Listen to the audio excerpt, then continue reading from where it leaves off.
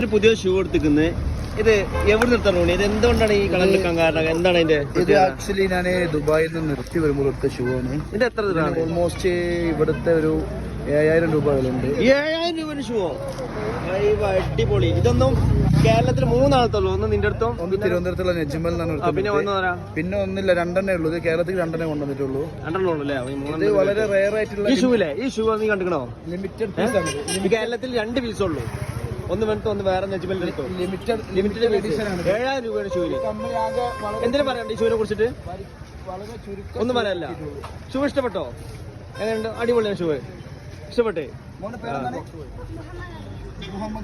മൂന്ന് അഫ്നാനും ഷൂ ഇഷ്ടപ്പെട്ടേ. അപ്പൊ ഇതുപോലത്തെ ഷൂ ഈ ചേട്ടായി നിനക്ക് കൊണ്ടുതരും.